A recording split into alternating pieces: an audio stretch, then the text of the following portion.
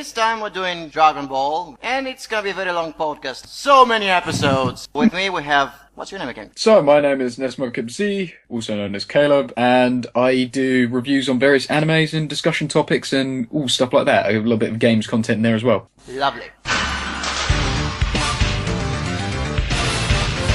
When I first watched this show as a kid on television, it was exceptional. It was one of the best comedies I had ever seen. It was even very bold, for the fan service it had. Back then, this was a lot. Yeah. This was airing on television, man. It was supposed to be for kids, and holy shit, are they really allowed to show that? Obviously, it differs a lot in tone to what comes later, because it started off as a gag manga at this point. It's basically a follow-up to the other gag manga Toriyama was making. We've got Son Goku, just a 12-year-old kid who lives by himself in the mountains, and he worships the 4-star Dragon Ball as his late grandfather, because that was the last thing he has to remember it by. Bulma comes in, she says, look, I'm looking for all the Dragon Balls, because if you get them all together, you can make a wish. So they set off on a journey, and it's pretty much them just, looking for all the Dragon Balls and meeting various people along the way. Let's call it the Naruto effect, where he transformed to other people and shit. So Yeah. he was supposed to be there as a distraction. As an added bonus, he was supposed to be the pervert of the team. That's always fun.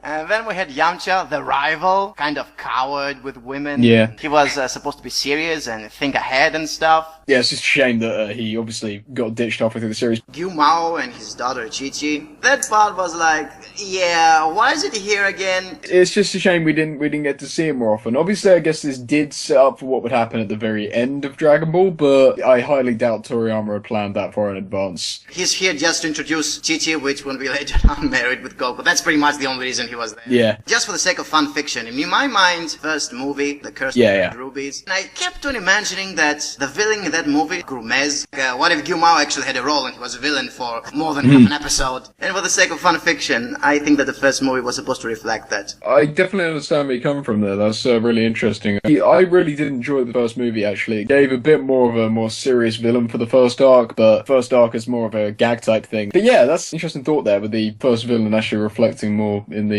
original Journey to the West thing. Muten Roshi, another pervert. Oh boy, this guy was amazing. Yeah, he's definitely one of my favorite characters in Dragon Ball. This stereotype is very prevalent in all Chinese martial arts, like the old sage who seems to be very frail at first, but actually knows everything, does everything, is like centuries old and stuff, turns to this huge giant with all muscles and just blows away the mountain in an attempt to blow out the fire.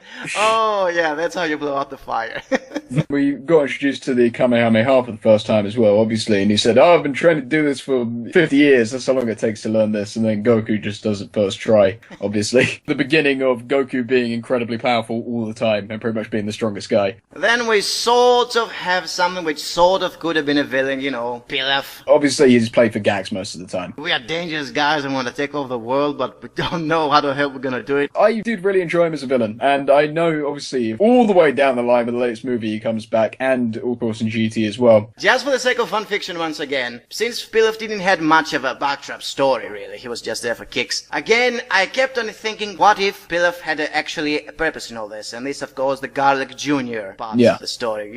They look the same. He is supposed to have his own father, and he wanted to avenge him, and he called the Dragon Balls to become immortal, and blah blah blah blah, the Dark Zone and all that. Yeah, it's possible they're like the same race as Pilaf or whatever, because we really didn't get much background on them, what Pilaf is or where he comes from or anything like that. And that would have been interesting to see, especially in like that filler arc, like you said. And then we have the finale where Pilaf's about to summon the Dragon Balls, and all of a sudden... Oolong wished for a pair of panties from a hot girl. All this trouble for this wasted wish. Nothing came out of it. Yep. Through a messy exposition, we learn that Goku, if he looks at the full moon, something bad may happen. And we have the first Uzaru transformation, where he turns to this huge ape. That was actually a very cool scene. Back then as a kid looking at that, you were like, holy. That was a very cool scene. Yeah, and then we have the ending after Goku turns back to a little boy. Messy resolution where all of a sudden Yamcha and Bulma want to become a couple. Where did that come from? Yeah, that was just sort of thrown in there, I guess. From here on, it's gonna be their little adventures as a couple and something like that. They're for the time being removed from the story. And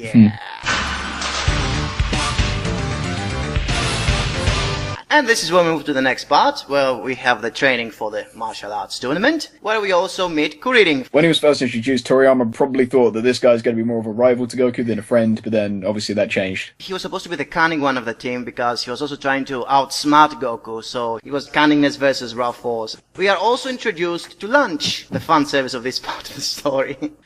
She's one of the biggest victims of Toriyama completely forgetting about a character and never being seen again, but she was interesting at this point. I mean, obviously, yeah, mainly for fan service. The whole double personality leaves room for so much to do something with it. Or make you think that, well, okay, she's not just there for fan service. They're building up something, but what is it? And it was nothing. Damn it. Yeah. Purely for fan fiction, you could say her backdrop was being a secret agent for the Red Ribbon Army, but no, they didn't, sadly. Yeah, again, another character that just got forgotten about. The training arc lasted, 5-6 episodes? It was very long. And many people say, oh yeah, training arcs are so boring, nothing much is going on. But the truth is, the more something lasts, the more you feel it is significant. And yeah, nothing much was happening. They were just fooling around, running here and lifting this and selling milk and being chased by bees and all that stuff. As aimless as it was in the long run, if you skip all that part, if it takes like 10 seconds to get the power-up, which happens a lot later on, you don't feel it's a power-up. You feel it's like, okay, I'm snapping my fingers and it then happens. It would just seem a bit lazy then, wouldn't it, if you didn't see what they were actually doing to get more powerful and wouldn't have as much impact. Or at least have something else going on at the same time. While they're training in one side of the planet, on the other side, something else is happening. Something like that, I mean, just do it too fast, it's not gonna have the same appeal. By the way, this is not really training, this is preparation for the training. Yeah. Okay, now the real training begins, but we didn't do anything. Oh yeah, remove those shells you're wearing. Oh, I feel so light and strong now. And that was your training. Oh, really? Yeah.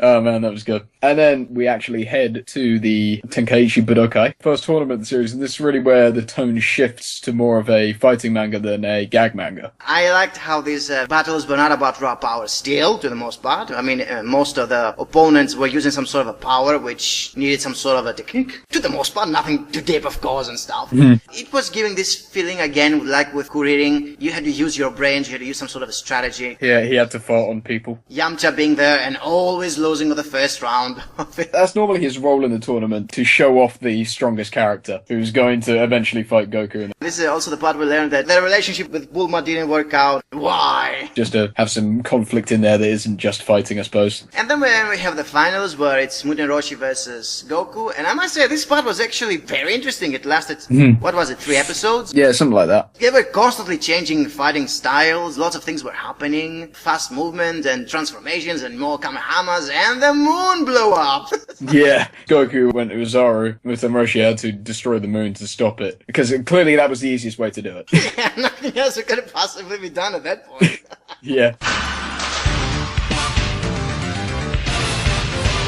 And we are now going to the third part, which is actually, again, looking for the Dragon Balls. We are introduced to the new villains, the Red Ribbon Army. Yeah, these are probably the first, really serious villains in the entire series. This is not Pilaf. Actually a threat, you know?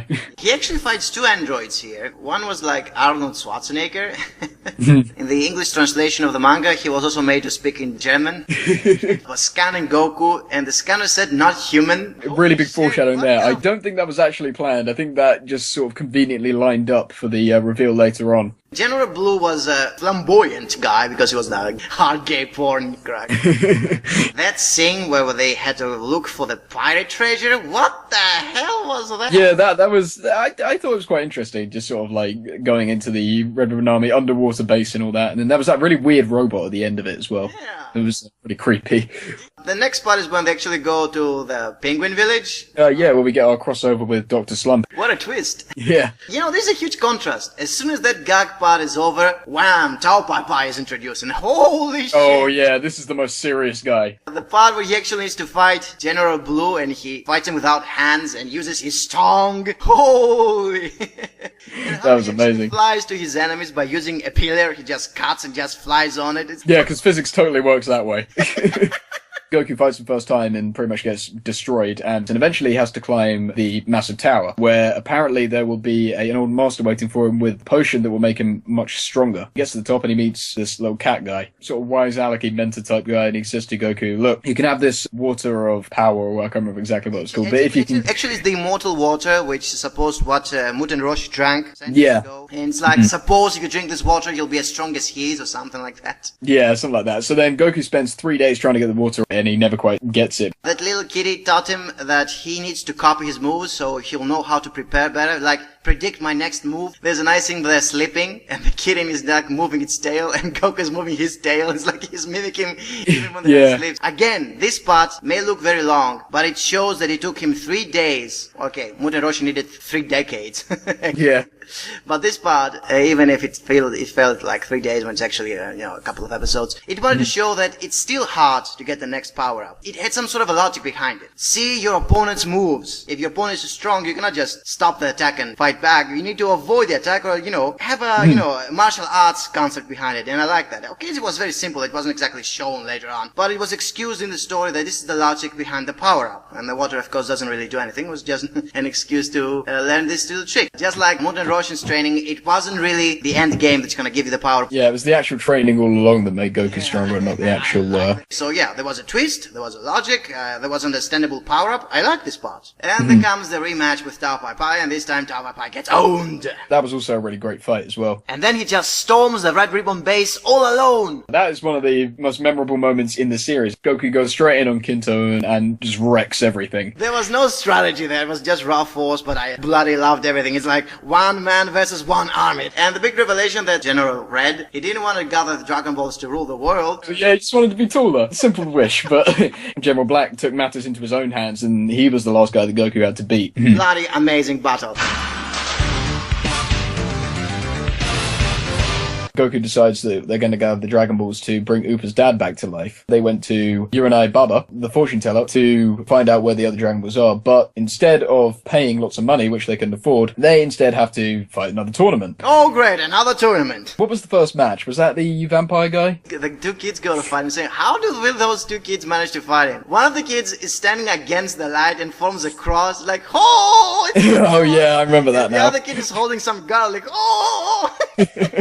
Yeah, that was a brilliant one. And then after that, we had another really, really funny one, which was Yamcha versus the Invisible Man. The solution they came up to beating this guy was the most ridiculous thing I've ever seen, but it was also hilarious. They get Muten Roshi and they get Bulma. Kuririn yanks Bulma's top down. Muten Roshi sees Bulma's boobs, and then which causes him to have one of those anime nosebleeds, which then lands over the Invisible Man, letting Yamcha see him. I don't understand why they could have just used paint, but there you go. Yeah, we don't have paint, but we have Muten Roshi and some boobs, so here you go. Logic. Yeah, this is all MacGyver, man. We're using our brains right now. Super combo. And then, of course, Yamcha beats the crap out of him, and we move on to the next round. The mummy guy. He was using the bandages to entrap his opponent, but yeah, Goku was stronger than that. He was basically throwing him out the ring, nothing else. And then we get on to the big final match, which was Goku versus the Devil Man. Yeah, Devil Man. I don't know how Gona Guy felt about that. I mean, was he aware of that? I don't know. Yeah, but and it's odd because this Devil guy, in theory, should be like the strongest guy in the Dragon Ball universe because he can instantly kill anyone who has any evil in their heart, and obviously Goku doesn't, so his master attack is useless against Goku's. And then we move on to the final round. We see this mysterious masked guy versus Goku, and after a little bit of sparring, this masked man seems to know a little too much about Goku, which seems a little bit odd. And then we find out the big reveal that it is in fact Goku's late grandfather, who has been allowed to come out of the underworld for one day to speak with him. And I always thought this was quite a touching scene, just see Goku reunited with his grandpa for once. I thought that this tournament was like a filler scene or something, like, come on, get on with it. But the grandpa revelation in the end, it's like, oh, now it makes sense. We do see Pilaf and the gang again, but Goku makes quick work of them. Now, after that, they find the Dragon Balls and they bring Upa's dad back to life. And then Goku does a bit of a troll move here. He just sort of jumps up and grabs the fourth ball before it flies away, which I remember finding a bit funny. Done all the time, but whatever. Yeah, but then we have our first major time skip in the series, where Goku goes to train by himself for 3 years. Perfect point for an interlude. See you in the next video.